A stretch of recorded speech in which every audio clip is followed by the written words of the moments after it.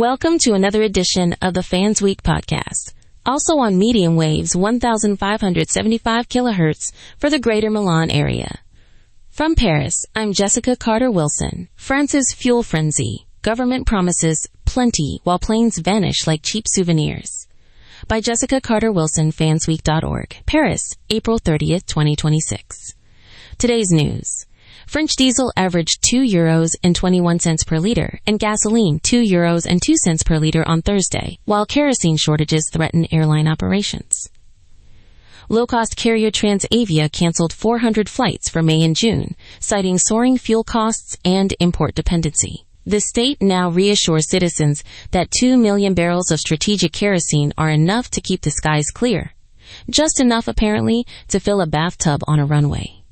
Strategic reserves or decorative water features? France's strategic fuel stockpile is advertised like a national treasure, yet it amounts to a paltry 2% of the country's total reserves. If the government were to melt those barrels into a lake, tourists could kayak around the Eiffel Tower's base without ever leaving the Seine. Meanwhile, motorists are forced to choose between buying a liter of diesel or a dinner for two, because the price of fuel now rivals a Parisian apartment's monthly rent. We have a contingency plan that will see us tap into the reserves within 48 hours, should the market decide to be irrational, declared Maud Brejin, government spokesperson, while sipping a latte that cost more than a full tank of gas. In the unlikely event of a crisis, the French people will be able to continue enjoying their flights to the Mediterranean, albeit maybe on an itinerary that includes a stop at the nearest petrol station. Low-cost airlines. High-cost drama.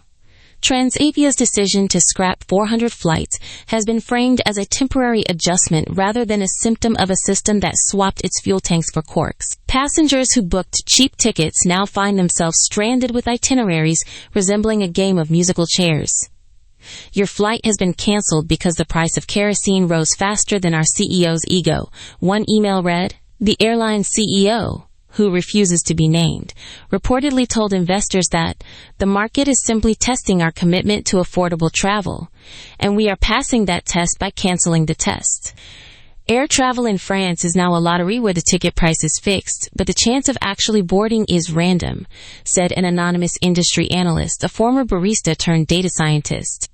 If the government wants to keep the skies busy, they should consider subsidizing pilots, personal fuel tanks, so they can fly their own private jets to work. Future-proofing by building more refineries in the imagination. Economy Minister Roland Lescure announced plans to, quote, increase national refining capacity, a phrase that sounds like a polite way of saying we'll build a refinery in the back of a warehouse and hope for miracles. The proposed upgrades at Gravenchon are slated to begin as soon as the political winds are favorable, which, given the current turbulence, may take longer than the lifespan of a French election cycle. We are committing to a robust solution that will make France less dependent on overseas oil, Lescure added. Clearly meaning less dependent on the reality that we have no domestic kerosene to begin with.